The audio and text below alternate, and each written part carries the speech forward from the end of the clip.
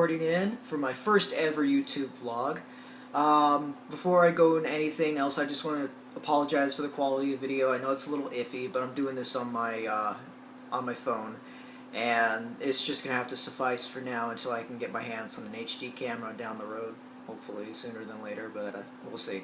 Anywho, as you can see, I've got a couple little borders on the sides, so it's at least a little easier on the eyes than just the black borders. Anyway, as I'm sure many of you have already heard, Microsoft recently backpedaled on their controversial DRM and used game policies. And of course the internet's making a big deal about this, and understandably so, but I don't know, I can't help feeling like this is what has to happen. You know, this isn't really Microsoft being the hero so much as they're just doing what they have to do to stay in business. If they didn't reverse those, would the Xbox One fail miserably like many on the internet would have you believe? I honestly don't think so. Would it be anywhere near as successful as it could have been? Highly doubtful. But you know, I don't know, some people are applauding them as, you know, heroes for doing this. I can't personally understand why, though. I mean, regardless of whether or not they changed it, the fact of the matter is that they were still going to do it. They were going to go through with it until the internet just exploded and the reaction from people was so absolutely negative. Not only were they going to go through with the DRM, the use game policies, but their attitude about it. Oh, well, if you don't have internet access, you can just stick with Xbox 360. Oh, our DRM is all part of the system. It's built in. We can't just turn it off. That stuck-up attitude of basically you're either with us or you're against us kind of attitude. That, to me, bothered me more than anything else. Completely unapologetic about their policies, just cramming it down their customers' throats. It's basically a similar attitude to what Sony had before, particularly with the PlayStation 3, when they got so big for their britches that they felt they can kind of do anything. I don't feel Sony was ever quite that bad about it. I'm not saying they're perfect. I mean, they're business. You know, they're a business. They're going to do what they're going to do with their products to make money. But Microsoft's attitude, it just... And I really enjoyed my 360. I had a lot of fun with it. And admittedly, I haven't been playing it as much. I've been more of a PC guy lately. Possibly a PC guy for the foreseeable future. But I still enjoy consoles. But for this upcoming generation, honestly, I think, without a doubt, I'm definitely going to get a PlayStation 4. Eventually. Not at launch, no. $400 definitely sounds a hell of a lot nicer than $500, but it's still $400. I'll probably, hopefully within the next year, get my hands on a PlayStation 3. I've been meaning to play some of the exclusives on there. I played the original Uncharted on a friend's PlayStation 3 and loved it.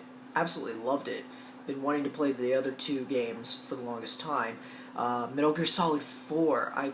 I enjoy the Metal Gear Solid games so much, and I've never ever once played Metal Gear Solid 4, so I've been wanting to play that for the longest time too. So there's so many games I'd like to play on it. And the system, I mean, nowadays you can get the system, I want to say, like, they've got a bundle coming out with Grand Theft Auto 5.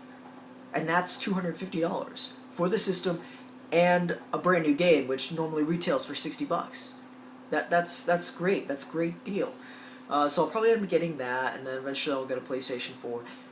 Maybe get a Xbox One later on, but it's gonna have to come down in price quite a bit. I know it's getting some great exclusives. Titanfall looks absolutely disgusting, and I mean disgusting in the best way possible. Being a giant robot kind of fan that I am, seeing Titanfall during E3 it was orgasmic. But yeah, hopefully that ends up on PC, because I won't be able to get my hands on Titanfall for quite a while otherwise. But yeah, Microsoft, they have an uphill battle. They really do. Despite, I mean, this is a good change. There's definitely the first step in the right direction. But it's still an uphill battle. Because they still have a lot of consumers that feel really burned right now by what they did. And they have a lot of work ahead of them if they want to build back that trust. They really screwed the pooch. But yeah, it's the change was necessary. It's really not something that they did out of the kindness of their hearts. It's just something that they had to do. For the sake of money, they had to make the change. It's kind of like when people applauded Sony for what they did at the E3 press conference. I mean, yeah, it was awesome to see, but at the same time, it's what they had to do. I mean, I guess, yeah, they could have gone with DRM. They could have gone with used game policies. And for the most part, console gamers would just have to suck it up. Either that or become a PC gamer, which can be a fair amount more expensive sometimes. Or go with the Wii U, which, I mean, don't get me wrong, it's a system with a fair amount of potential to it, but nonetheless, it's current gen. I mean, it's not next gen, I'm sorry. It's current gen. Sony could have gone through with that.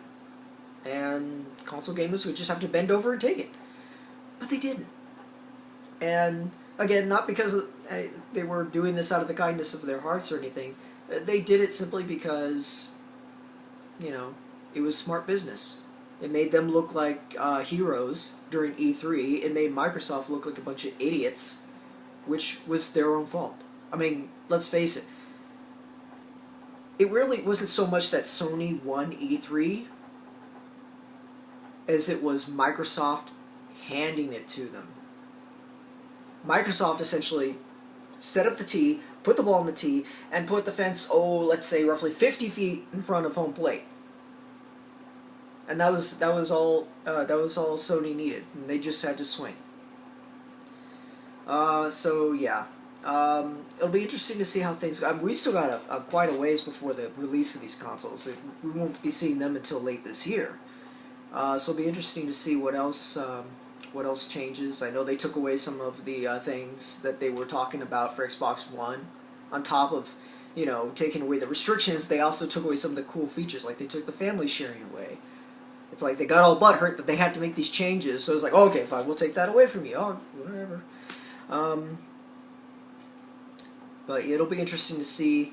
While this is a good thing for Microsoft, at the same time, I also think that they're kind of digging a bit of a ditch for themselves too.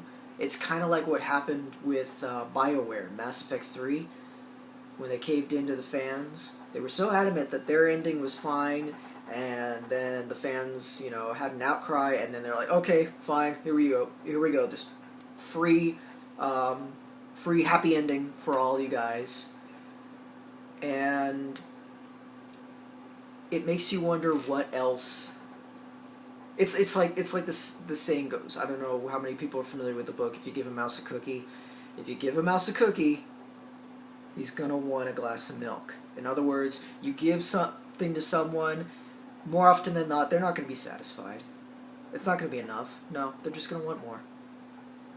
And it'll be interesting to see now that Xbox fans have gotten their way with the DRM and the used game policies. It'll be interesting to see how many other things they're going to try and get out of Microsoft too.